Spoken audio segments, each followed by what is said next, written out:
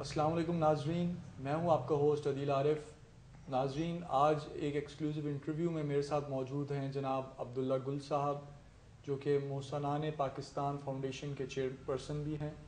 آئیے آج ان سے گفتگو کرتے ہیں۔ السلام علیکم عبداللہ وعلیکم صاحب، السلام عدیل صاحب، کیسے کیسی ہیں؟ طبیعت آپ کی؟ الحمدللہ۔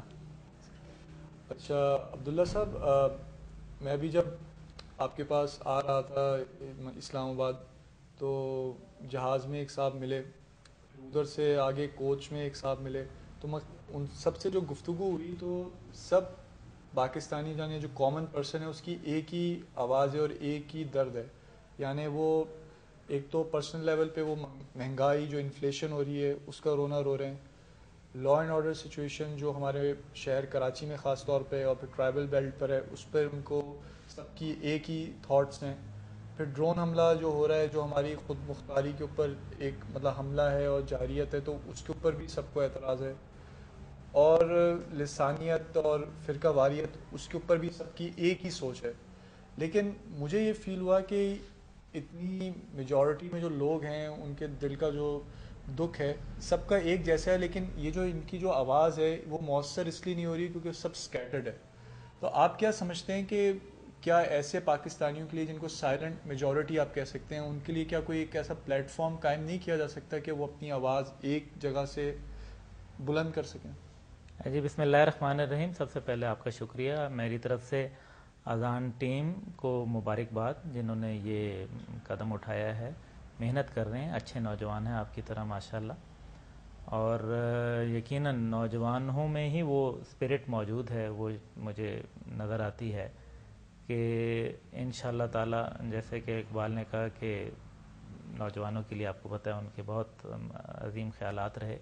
یقیناً اس سوچ کے پیچھے ظاہر ہے بہت سارا اس کے پیچھے ایک راز ہے۔ اس راز کو جاننا بہت ضروری ہے پاکستان قوم کے لیے، بالخصوص نوجوانوں کو۔ جیسے ابھی آپ نے فرمایا کہ کراچی کے حالات ہیں، کراچی کے حالات تو ایک سوچی سمجھی سازش کے ساتھ جو ہے وہ چل رہا ہے، اور یہ آج سے نہیں، کافی سالوں سے یہ معاملہ ہے، کیونکہ جب سے ویسٹ نے یہ دیکھا اور بالخصوص ہندوستان نے کہ پاکستان کو اگر کہیں سے جو ہے وہ زک پہنچانی ہو تو وہ سب سے اس کا آسان طریقہ یہ ہے کہ بڑے شہروں کو آپ ٹارگٹ کر لیں۔ کراچی جیسے کہ 65% آف اکانومی ہماری کراچی کے اندر ہے، انڈسٹری ہے، لوگ بڑے اچھے ہیں، بہت بڑا شہر ہے کراچی، سب لوگوں کو اپنے اندر سمو لیتا ہے کراچی، یہ ایک خوبصورتی ہے اس شہر کی۔ لیکن کیا بات ہے کہ اس شہر کے لیے، جس کے لیے شنگھائی کے سفیر مجھے 2009 میں ملے، تو مجھے انہوں نے کہا کہ کراچی تو ہمارا ڈریم سٹی تھا، جس کے لیے ہم روشنیوں کا شہر کہتے تھے۔ ہم کہتے تھے کہ کاش وہ، کیونکہ کراچی یونیورسٹی کے طالب علم رہے، تو کہتے تھے کہ کاش کہ ہمارا شنگھائی جو ہے وہ کراچی کی طرح بن جائے، اس میں بھی کھلی کھلی سڑکیں ہوں، روشنیاں ہوں، ایک ایٹماسفیئر تھا کراچی کا۔ تو کیا ہوا، یہ نظر کس کی لگ گئی؟ یہ نظر نہیں لگی جناب، یہ مجھے اس میں برملا کہنے میں کوئی تعجب نہ ہوگا کہ سرنگیں لگائی جا چکی ہیں، نقب لگائی جا چکی ہے تمام سیاسی پارٹیوں کے اندر، بالخصوص پیپلز پارٹی کے اندر، اے این پی کے اندر اور ایم کیو ایم کے اندر، جہاں را کے لوگ موجود ہیں، کام کرتے ہیں۔ ہندوستان نے کنسنٹریٹ کیا ایک سٹی کے اوپر، جس سے انہوں نے ایک ایسی سچویشن لے آئے کہ جب چاہیں وہ وہاں آگ لگا دیتے ہیں، اور اس آگ کے ذریعے وہ پاکستان کو پیرالائز کر دیتے ہیں، کرپل کر دیتے ہیں۔ جب چاہیں فوڈ لائن بند کر دیتے ہیں، کیونکہ آپ کا پورٹ ہے اور اکانومی ہے، آپ کی سٹاک مارکیٹ ختم ہو جاتی ہے۔ تو آپ نے دیکھا کہ بامبے حملوں کے بعد اچانک فضول میں لوگوں نے اوپر نکل کے جو ہے وہ گولیاں چلانا شروع کر دیں اور مارکیٹیں جلا دی گئیں۔ تو وہ اس کی کیا وجوہات تھیں؟ وجوہات بڑے سمپل تھیں۔ لوگ یہ چاہتے تھے، انڈیا نے کہا دیکھو اگر تم بامبے حملہ جو ہے، اگر گو کہ میں اس بات پہ بالکل بلیو نہیں کرتا کہ پاکستان نے بامبے حملے کرائے، لیکن انڈیا نے کہا کہ دیکھو ہم تمہیں کیسا اس کا جواب دیتے ہیں، ریبٹل پیش کیا انہوں نے۔ انڈیا کے عزائم کسی کو ڈھکے چھپے نہیں ہونے چاہیے، اور امریکہ کا اور انڈیا کا جو گٹھ جوڑ ہے، وہ امریکہ ان کو کہتا ہے وہ ہمارے نیچرل ایلائی ہیں، جبکہ ہم ان کے اسٹریٹجک پارٹنر ہیں۔ دیکھیں اسٹریٹجیز جو ہیں وہ تبدیل ہوتی رہتی ہیں، اسٹریٹجک انٹرسٹ تبدیل ہوتے رہتے ہیں، بدلتے رہتے ہیں حالات اور واقعات کے ساتھ۔ آج ہم ان کے لیے جو ہے وہ ان کے بلو آئیڈ ہیں غالباً، اور وہ بھی ہم شاید نہیں ہیں بلو آئیڈ، لیکن کل کو تو ہم بالکل اسٹریٹجک ان کے پارٹنر نہ رہیں گے، لیکن نیچرل ایلائی تو نیچرل ایلائی رہتا. تو پھر ہم امریکہ کے کیا ہوئے؟ یعنی کہ پاکستان اور انڈیا تو نیچرل اینیمی ہیں، تو پھر then we are natural enemy to the West also. اس لیے یہ چیزیں ہمیں اپنے دماغ میں بٹھا لینی چاہیے اور اس کو سمجھنا چاہیے. تو کراچی کے حالات جہاں تک رہے یہ واقعات ہیں. جہاں تک ڈرون حملوں کی بات ہے تو ڈرون حملوں کے پیچھے جناب والا کسی سے بات چھپی نہیں کہ ایک این آر او گھناؤنی ترین ڈیل جو ہے میرے خیال میں پاکستان تاریخ کا جو ہے سیاہ ترین باب جو ہے وہ یہ ہے کہ ڈرون حملوں کے لیے اجازت دی گئی. اس کے بدلے میں کچھ لوگوں نے اقتدار ظاہر حاصل کیا اور یہ ابو دھابی کے اندر انفارچونیٹلی یہ ڈیل ہوئی. وہاں روشنیوں کے جو محل تھے ان کے اندر یہ تاریخ پاکستان کا جو ہے وہ باب لکھا گیا. تو یہ اس کے نتیجے کے اندر ہے. فوج کے اوپر لوگ کہتے ہیں کہ جی فوج کیوں نہیں؟ فوج کے لیے تو سمپل سا ہے کہ ہر کوئی فوج کو پھر کہتا ہے کہ جی فوج آ جائے فوج آ جائے فوج آ جائے. 2-4 مہینے کے بعد فوج کو گالی دینا شروع ہو جاتے ہیں. فوج کیوں آ جائے؟ پہلی بات ہے فوج کو بالکل نہیں آنا چاہیے. وہ اپنا آئینی حدود کے اندر رہ کے اپنے کام کرتی رہے، لیکن ساتھ ہی ساتھ وہ بالکل ان کو کٹ لوز بھی نہیں چھوڑ سکتی، جس کے نتیجے میں آپ دیکھتے رہے ہیں کہ کچھ دو اور کچھ لوگ کی بنیاد پہ جو ہے کام چلتے رہے. نیٹو کی سپلائی لائن کے بارے میں آپ سے پچھلی دفعہ بھی میرا ذکر ہوا آپ کے انٹرویو میں نے کہا کہ نیٹو کی سپلائی لائن کاٹ دینی چاہیے، اور الحمدللہ ہمارے میرے خیال میں اداروں کی طرف سے یہ پریشر آیا اور نیٹو کی سپلائی لائن کاٹی، اور آپ نے دیکھا اس کے بڑے مثبت نتائج جو ہے اور قوم کے اندر ایک جذبہ جو ہے وہ پیدا ہوا. تو آج بھی میں یہ سمجھتا ہوں کہ حکومت اور جو ادارے ہیں وہ دو مختلف کورس کے اوپر چل رہے ہیں اور ان میں جو ہے وہ تصادم نہیں ہونا چاہیے، بشرطے کہ عدلیہ کی اگر جو خود مختاری اور اس کو تسلیم کیا جائے عدلیہ کے احکامات کو، اس صورت میں تو یہ ایک اچھی بات ہوگی. ورنہ ایک بہت مسائل کا ہم شکار ہو جائیں گے. جو آپ نے ڈرون حملوں کی جہاں تک بات کی اس کی مذمت جتنی بھی کم کی جائے وہ کم ہے. اس کے لیے 12 القاعدہ کے سسپیکٹ جو لوگ تھے ان کو کہا، ان کی اپنی رپورٹ میں ویسٹ کی کہ جی 12 القاعدہ کے سسپیکٹ تھے اور تقریباً 2000 سے زیادہ پاکستانی معصوم جانیں جو ہیں وہ لقمہ اجل بن گئے. اس کا مطلب یہ ہے کہ یہ بالکل وہی کیس ہے جو لیبیا کا متعلق امریکہ نے لاکر بی کیس بنایا کہ انوسینٹ لائفز کے بدلے میں آپ نے کلیم کر لیا پیسہ.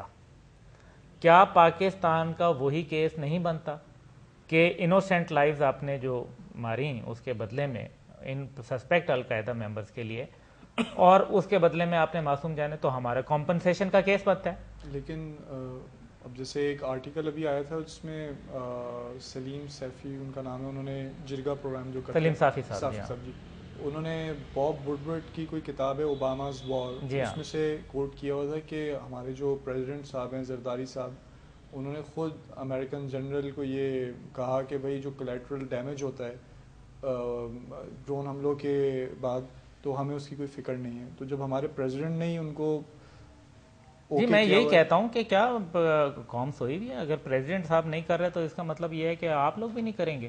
ہم ساری چیزیں پریزیڈنٹ کے ہاتھ میں رکھ کے اور پوری قوم سو جائے تو پھر میں بڑی معذرت سے چاہتا ہوں کہ پھر پاکستانی قوم کو پھر غرق ہی ہو جانا چاہیے اگر ہم نے صرف یہ سوچ کے رکھنا ہے کہ کسی ایک انسان فرد واحد کی شخصیت. یہی میں کہتا ہوں فرد واحد کی حاکمیت نہیں ہے یہاں. ہمارا کانسٹیٹیوشن کلیئرلی کہتا ہے کہ جو حاکمیت ہے، حاکمیت اعلیٰ، وہ اللہ سبحانہ و تعالیٰ کی ہے. تو جہاں خدا کا حاکمیت اعلیٰ ہو وہاں کسی ایک آدمی کو استثناء حاصل نہیں ہے، چاہے وہ ٹیکس کے اندر ہے یا کسی عدالت کے میں پیش ہونے سے ہے. یہ وہ قوانین ہیں جو ریویژن مانگتے ہیں، جن کے اوپر عدلیہ میں بحث ہونی چاہیے. کانسٹیٹیوشن کے اس بالخصوص اس آرٹیکل کو لے کے جانا چاہیے جس کے اندر اللہ تعالیٰ کی حاکمیت اعلیٰ کے متعلق بات کی گئی ہے، جو کہتا ہے کہ قرآن اور سنت کے متضاد قانون نہیں بنے گا. متضاد کا لفظ استعمال نہیں ہونا چاہیے، اس کو کہنا چاہیے اس کے تابع ہونا چاہیے. اور جب تابع ہے تو پھر وہ شک عدلیہ کے ذریعے وہ شک کو خارج کر دینا چاہیے اور اسلامی شک کو جو ہے وہ لانا چاہیے. اچھا، آپ کیا یہ نہیں سمجھتے کہ جو ہماری پولیٹیکل جماعتیں اگر آپ ان کے ٹاک شوز وغیرہ دیکھیں تو یہ ایک دوسرے کے ہر وقت خلاف ہی ان کی انرجیز استعمال ہو رہی ہوتی ہیں اور یہ صرف اپنی پارٹی کی پروٹیکشن یا اس کو پروموٹ کرنے کے حوالے سے ان کی انٹلیکٹ اور ایفرٹس ساری اس طرف لگ رہی ہوتی ہیں، اور پاکستان کے حوالے سے کتنی لگ رہی ہوتی ہیں یہ تو مجھے صحیح نہیں معلوم، لیکن یہ کہ کیا ان لوگوں کے پاس کوئی سلوشن ہے، کوئی ویژن ہے، کوئی فیوچر ہے پاکستان کے لیے، جہاں ہم جن فاؤنڈرز تھے پاکستان کے، جہاں وہ اس کو لے کے جانا چاہتے تھے، یا جو قرآن و سنت جو ہمیں پیغام دیتا ہے؟ تو مجھے بظاہر تو کوئی اس پہ نظر نہیں آتا، آپ کیا سمجھتے ہیں؟ نہیں، بالکل بھی نہیں، کسی کو بھی نہیں نظر آ رہا۔ سیاسی پارٹیوں سے لوگ جو ہیں وہ ان کے ایجنڈے سے، اس سسٹم سے جو ہے وہ، کیونکہ یہ سسٹم برے لوگوں کو جنم دیتا ہے۔ اس سسٹم میں ایک اچھا انسان، آپ جیسا انسان، اور میرے جو بہن بھائی بہت سارے سننے والے ہیں، ان میں سے لوگ نہیں آ سکتے کیونکہ ان کے پاس اتنے وسائل نہیں ہیں۔ یہ تو اپنی اجارہ داریاں ہیں، ان کی سیاسی جاگیریں ہیں۔ انہوں نے ایک ایسا نظام بنا لیا ہے جس کے اندر اپنی پارٹی میں الیکشن نہیں ہوتا، باقی ملک میں الیکشن کی باتیں کرتے ہیں۔ یہ تمام کے تمام کمپلیٹ فیلئر ہیں۔ انہوں نے ہمیں کبھی کچھ نہیں دیا، انہوں نے ہمیں آگے بھی کچھ نہیں دینا۔ ان سے ہاتھ جوڑ کے میری ہے کہ خدا کے لیے ہمارا پیچھا چھوڑ دیں، اور اس کے علاوہ اور کوئی نہیں۔ اچھا، پاکستان کے لیے آپ کون سا سسٹم سمجھتے ہیں آئیڈیل ہے؟ مثال کے طور پہ جیسے چائنا میں 1 پارٹی سسٹم چل رہا ہے، امریکہ میں 2 پارٹیز ہیں، یا آپ کیا سمجھتے ہیں کون سا، مطلب مثال کے طور پہ اگر آج ہم یہ کہیں کہ کوئی ایسے شخص کو سلیکٹ کر کے پریزیڈنٹ آف جیسے ڈاکٹر عبدالقدیر صاحب ہے مثال کے طور پہ، ہمیں پتہ ہے وہ پیٹریوٹک ہیں، انہوں نے پاکستان کے لیے، اسلام کے لیے اپنی پوری دنیا کی جو بھی سیلری ان کو مل رہی تھی وہ چھوڑ کے ادھر آئے، اور پھر آج وہ نظر بند ہیں۔ اگر ایسی کسی شخصیت کو، اس قسم کے لوگوں کو اگر ایک بنایا جائے لیڈر سلیکٹ کر کے، تاکہ وہ اس قوم کو اس ٹرموائل سے نکالیں، تو کیا یہ ایک طریقہ کار ہو سکتا ہے آپ کے خیال سے؟ جی، میں اس کے اوپر بہت سوچا ہے، اور بہت اس میں مشاورت کا ہمارا عمل رہتا ہے، اور میں سمجھتا ہوں کہ فرد واحد کے فیصلے بالکل نہیں ہونے چاہیے۔ سیاسی پارٹیوں کی بات ہو رہی تھی، میں پھر آپ کے سوال کی طرف آتا ہوں۔ سیاسی پارٹیوں کا دیکھیں مقصد جو ہے وہ سارا کا سارا، اب آپ دیکھیں کہ تمام سیاسی پارٹیاں بالخصوص فلڈ کے بعد وہ ایک طرف کھڑی ہیں، اور پاکستانی قوم بہت دور ہے ان سے۔ ان تمام کے مقاصد ایک ہیں کہ کسی طرح سے حکمرانی کی جائے۔ اگر نواز لیگ کو دیکھ لیا جائے تو نواز لیگ جو ہے اس ٹائم پہ آنا نہیں چاہتی سامنے، کیونکہ ان کی مجبوریاں، ان کو معلوم ہے پاکستان جس مشکل حالات کے اندر جا رہا ہے وہ اس کو آگے نہیں جانا چاہتے۔ میاں صاحب جو ہیں وہ خاموشی اختیار کیے ہوئے بڑا عرصہ ہو گیا۔ میاں صاحب نے کتنی دفعہ عافیہ کے معاملے میں بات کی، میاں صاحب نے کتنی دفعہ جو ہے وہ امریکہ کے مخالفت میں بات کی، میاں صاحب نے کتنی دفعہ نیٹو کی سپلائی لائن کے اوپر بات کی، میاں صاحب نے کتنی دفعہ جو ہے وہ اس کے متعلق بات کی کہ امریکہ مخالف سٹیٹمنٹ، کوئی ڈرون اٹیک کے معاملے میں کچھ بھی نہیں۔ اسی طریقے سے حکمران پارٹی نے، یا آپ کوئی بھی سیاسی جماعت لے لیں، انہوں نے امریکہ کے خلاف ہمارے نیشنل انٹرسٹ کو کیوں نہیں واچ کیا؟ میرا سوال ہے نا قوم سے، یہ سوال ہے کہ انہوں نے نیشنل انٹرسٹ کو کیوں نہیں واچ کیا، اور اگر واچ کیا تو پھر انہوں نے اس پہ خاموشی کیوں اختیار کی؟ یہ مصلحتاً خاموشی جو اختیار کی گئی ہے، یہ ہمیں سمجھایا جائے۔ 691 ملین پاؤنڈز کے ساتھ حسین نواز شریف صاحب جو ہیں وہ 5th نمبر کے انٹرپرینیور ہیں دنیا کے، ان کے پاس 691 ملین پاؤنڈز کہاں سے آئے؟ مجھے سمجھایا جائے جی، میرے پاس کیوں نہیں ہے، آپ کے پاس کیوں نہیں ہے؟ آخر ایسا کون سا بزنس ہے؟ اسی طریقے سے آپ بلاول بھٹو زرداری صاحب کی بات کر لیں، آپ کسی اور کی بات کر لیں۔ میں یہ چاہتا ہوں، مجھے کسی شخصیت کے میں یہاں خلاف بالکل نہیں ہوں، یہاں بالکل اس سے یہ مطلب نہ اخذ کریں، لیکن میں صرف یہ چیز سمجھا رہا ہوں آپ کو، یہ بات اپنی قوم کے سامنے رکھ رہا ہوں، نوجوانوں کے سامنے بالخصوص، کہ وہ پلیز شخصیت کے ساتھ منسلک نہ ہوں۔ شخصیات کے ساتھ تو ہم کوئی جانور تو نہیں ہیں جو کسی شخصیت کے ساتھ منسلک ہیں، ہم تو انسان ہیں، الحمدللہ اشرف المخلوقات ہیں۔ ہمارا جتنا جو ہے وہ نظریے کے ساتھ منسلک ہونا چاہیے، ہمارا اپنے مذہب کے ساتھ منسلک ہونا چاہیے، اور اس کی بنیاد پر وہ کوئی بھی ہو، وہ عدیل عارف ہوں یا کوئی نوجوان ہو، کوئی بزرگ ہو، اگر اس کا نظریہ ہمارے نظریے کے ساتھ، اور وہ ہمارا نظریہ کون؟ وہ جو ریاست مدینہ کا ماڈل ہمارے سامنے، اس کے ساتھ کوئی بھی چلے ہم لبیک کہتے ہیں، ہم اس کے سامنے جو ہے ان کے سپاہی بن کے چلنے کے لیے تیار ہیں۔ لیکن ان سیاستدانوں نے کچھ نہیں دیا، ان سے کوئی امید نہ رکھی جائے، ان کا آگے کوئی فیوچر نہ مجھے نظر آتا ہے انشاءاللہ تعالی۔ یہاں قوم کے اندر کوئی اور ہی کچھ ابال آئے گا۔ آپ نے فرمایا کوئی اب اس سسٹم کیا ہونا چاہیے؟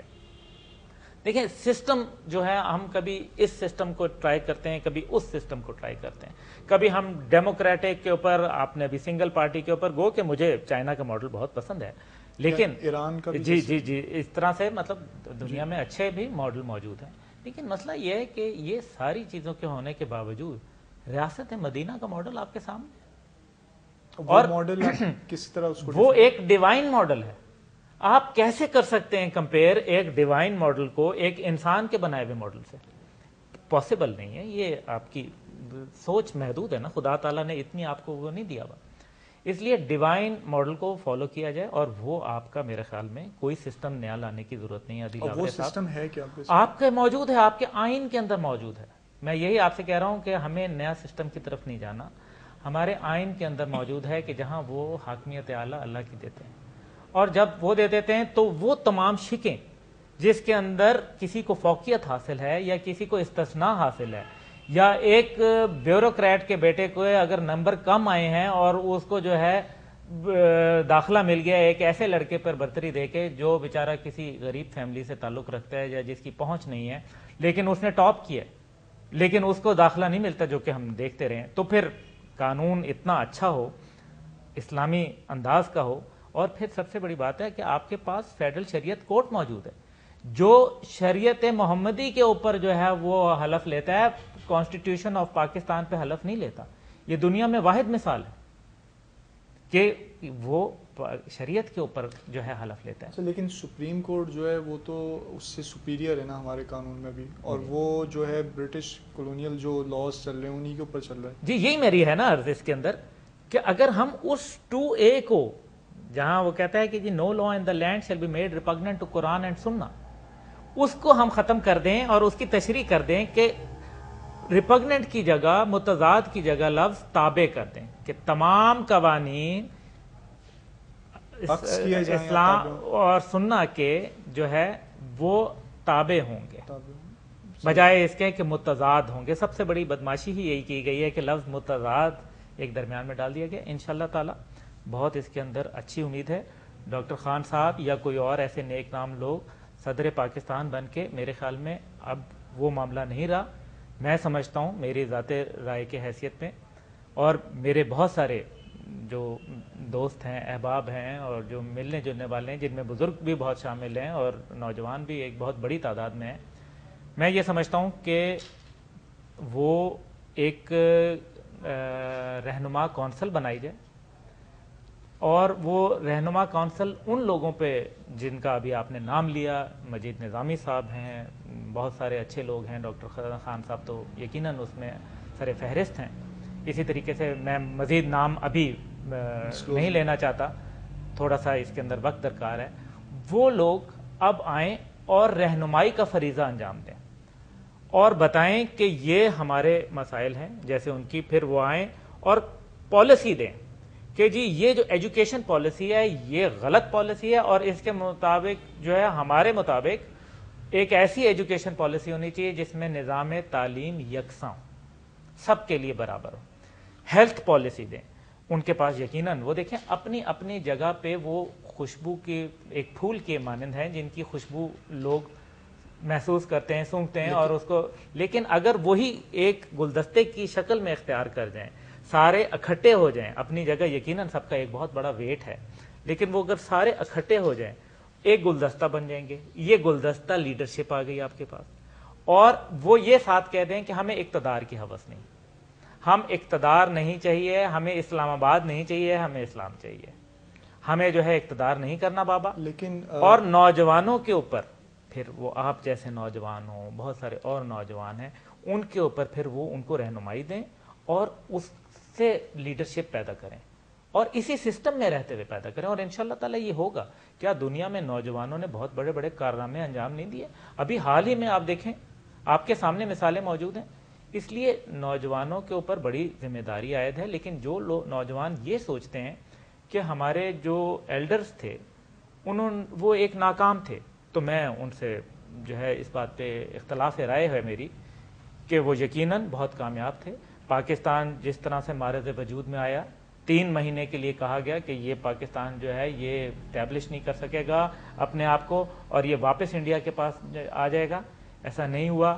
آپ کا ملک 2 لخت ہو گیا، آپ کے ملک میں اسی وقت مارشل لا لگ گیا، قائد اعظم محمد علی جناح کی بہن فاطمہ جناح صاحبہ کو جو ہے وہ الیکشن ہروا دیا گیا، پھر یحییٰ خان جیسا جو ہے انسان آ گیا, آپ کا ملک ٹوٹ گیا. اس کے بعد آپ کا ملک ٹوٹنے کے بعد بھٹو صاحب آئے, انہوں نے بھی ایک غلطی بہت بڑی کر دی, اور وہ نیشنلائزیشن کی تھی.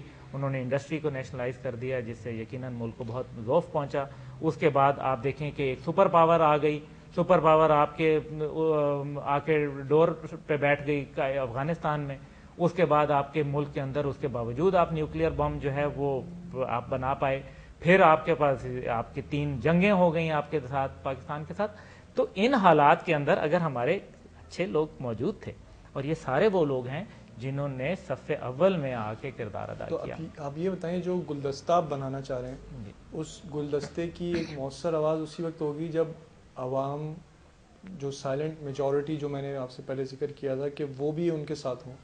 تو اس کے لیے یقیناً آپ کو ایک فورم بنانا ہوگا اور لوگوں تک پروپیگیٹ کرنا ہوگا کہ بھئی اپنی آواز کو مؤثر بنانے کے لیے کہ لوگ بھی اس میں آئیں, عام بندہ آئے, اسٹوڈنٹس آئیں, اور بھی جتنے لوگ ہیں جو کسی پولیٹیکل پارٹی سے سچ وابستہ نہیں ہے, یا ہوں بھی تو لیکن وہ سمجھتے ہوں کہ حل اسی طریقے سے.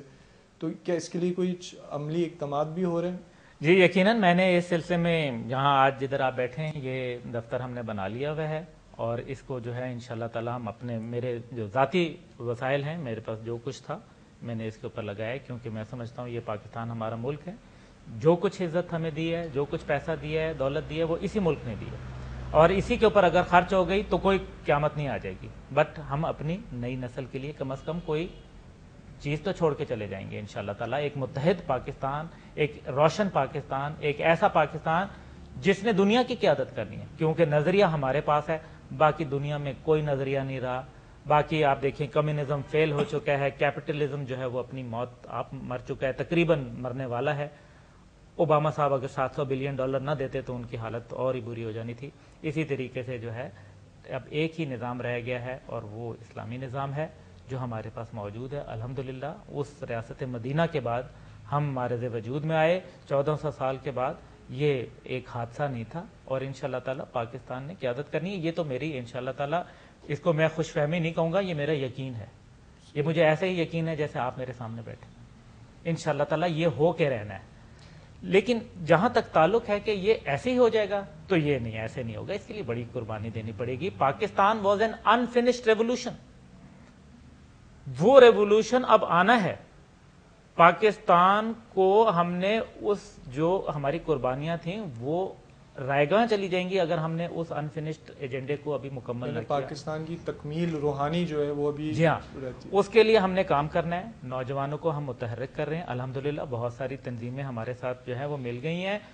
لیکن یہ عبداللہ گل کا نہیں ہے. اس میں ایک عام سپاہی کی طرح کام کروں گا, کسی کے ساتھ بھی جس کے اوپر ہمارے بزرگ ہاتھ رکھ دیں گے, جس کو وہ کہیں گے کہ یہ آج سے آپ کا لیڈر ہے, چاہے وہ کوئی بھی ہو. آپ محمود احمد نژاد کی دیکھ لیں مثال, وہ تو ایک ترخان کا بیٹا ہے, نہ اس کے پاس کوئی جائیداد تھی, نہ وہ کسی سیاستدان کا, نہ کسی جرنیل کا, نہ وہ کسی اور کا بیٹا تھا, نہ کوئی اس کے پاس کوئی معاشی حالت ایسی تھی, نہ کوئی انڈسٹریلسٹ تھا.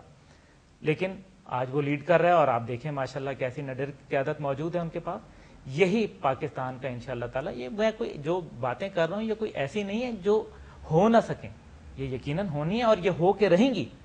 اور انشاءاللہ تعالیٰ آپ اور میری زندگیوں میں ہوں گی, اور یہ اگلے چند سالوں کے اندر ہی ہوگا. تو ابھی اس کی جو آپ جو کام کر رہے ہیں, اس کی پروگریس کہاں تک پہنچی ہے؟ جی ہم ایک تو اکٹھا کر رہے ہیں ان تمام محسنوں کو, اور انشاءاللہ تعالیٰ اور ساتھ ہم نوجوان قیادت کو اکٹھا کر رہے ہیں. جو محسنوں کو آپ اکٹھا کر رہے ہیں ان کے اندر آپ کیا بنیادی ایٹریبیوٹس ہیں جو جس کی بنیاد پہ آپ ان کو محسن فرما رہے ہیں؟ جی میں سمجھتا ہوں ان کے بنیادی یہ ہے کہ جنہوں نے پاکستان کے لیے کوئی کام کیا.